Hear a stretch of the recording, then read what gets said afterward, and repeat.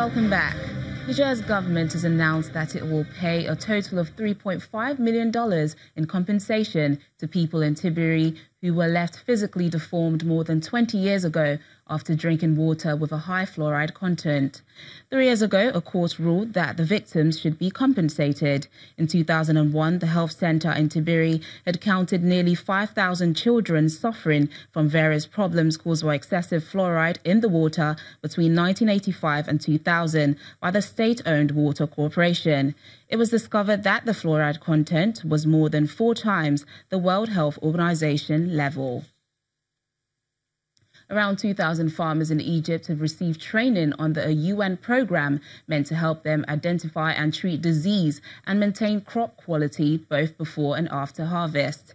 This helps prevent loss and waste along the food value chain from production to sale. After several years of poor harvest and low market prices, Egyptian grape farmer Mabruk Kamis is now working to increase yields on his farm. Mabruk is among farmers in the country who've been recently trained by the Food and Agriculture Organization on how to recognize and treat disease and when to harvest to avoid unnecessary loss in the field. The farmer recently learned new approaches to pruning, spraying, and other practices through the program.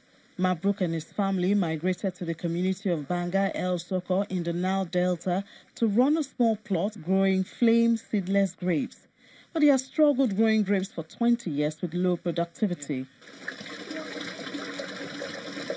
Worse still, market prices for grapes can drop dramatically, especially during harvest seasons, when there's a glut of grapes and other fruit.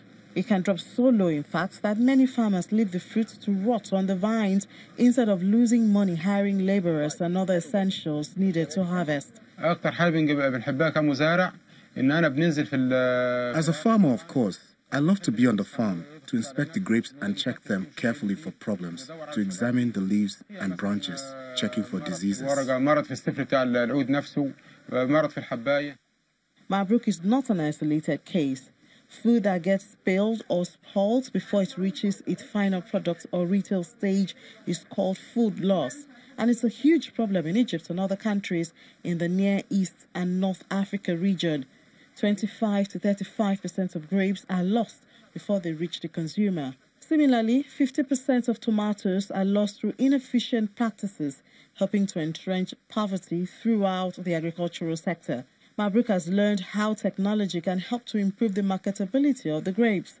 He is now able to use the refractometer to test the levels of sugar in the fruit as it grows. Through the project, I learned, for example, that the ideal sugar content when grapes are ready for harvest is 20%.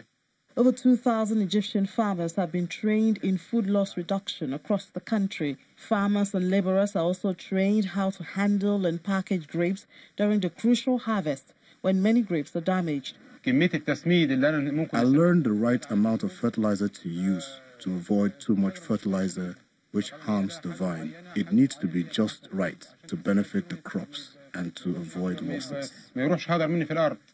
FAO is working on a plan to construct a raisin drying facility that will enable farmers dry grapes and add value to their products. Rwanda has launched the world's first blockchain project to track tantalum from the pit phase to refinery. This is part of a push to woo investors seeking a conflict-free source of minerals with the use of mobile phones, facial recognition and GPS tracking to follow tungsten from the mine to a Macedonian refinery and on to clients. The project is a work of Circular, a British startup specialized in blockchain and power resources group, which has mining and refining operations in Rwanda and Macedonia. It's also seeking to fight off allegations its resources are being blended with smuggled minerals that can be used to fuel conflict in neighboring Democratic Republic of Congo. The technology behind cryptocurrency, blockchain, enables the creation of a shared database of transactions maintained by a network of computers on the internet making it harder for anyone to tamper with than separately held records. Multi-stakeholder programs. The system, however, is extraordinarily simple. You literally just have to click one button on a telephone. So anyone who's certified within the mining system, just like we have specific jobs, if you're a mining foreman or a technician or a team leader, if you're the person in charge of traceability, then you're trained in that system. So it's a very simplistic system to use. If there's no data, then as soon as the data connects later on in the day, it will upload in batch. Okay. Powell said that since he first came to Rwanda in 2015, he had heard constant criticisms on traceability for minerals. Ghana is emerging as an influential player on the international fashion scene, with increasing celebrity endorsement and a host of Ghanaians occupying high-profile places in the industry. An Accra-based designer discusses whether the global recognition is helping local designers and will influence the next trends to hit the high street. In her parents' garage in Accra, fashion designer Briwa Adua works on designs she hopes will get international attention. The former pediatric nurse opened a showroom here in 2012 after realizing that she wanted to turn her career into a hobby, and she's one of the large number of Ghanaian designers hoping to benefit from increasing interest in the West African country's couture. Ghana has caught international fashion spotlight due to celebrity endorsements from some local designers and a number of Ghanaians in high-profile positions in the industry. There's been a Ghanaian Vogue cover. We have a British Vogue editor who's Ghanaian, that's Edward Enninful. We've got several Ghanaians who've been able to showcase on international platforms and different platforms all over the globe. So I believe that Ghanaian fashion is going global. Beyonce came here and had Aisha Bobi make stuff for her backup dancers some time back. Among a number of prominent fashion figures are British designer Oswald Boateng, who is of Ghanaian descent, and a model, Adua Abwa. But despite the exposure, Wayadua says the global recognition has so far only translated into success for just a few. It's because we don't really have that huge platform here. It's a bit more difficult. So in order to break out on the international scene, you have to do that yourself.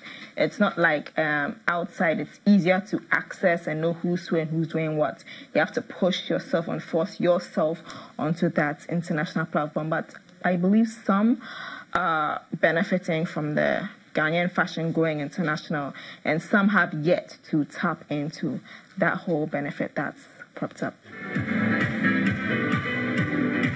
One platform where Wayadua's designs were recently featured is the Accra Fashion Week. The event was launched in 2016, and in a sign of Ghana's growing international recognition, this year it held 2 seasonal fashion weeks. As one of Ghana's leading fashion designers, Wayadua has found success. She believes Ghanaian designers need to be more ambitious, hoping for a time when you walk into any store in New York or even Paris and walk out wearing something Ghanaian. That's it on the program today. Thanks for watching. I'm Teniola Shobowale.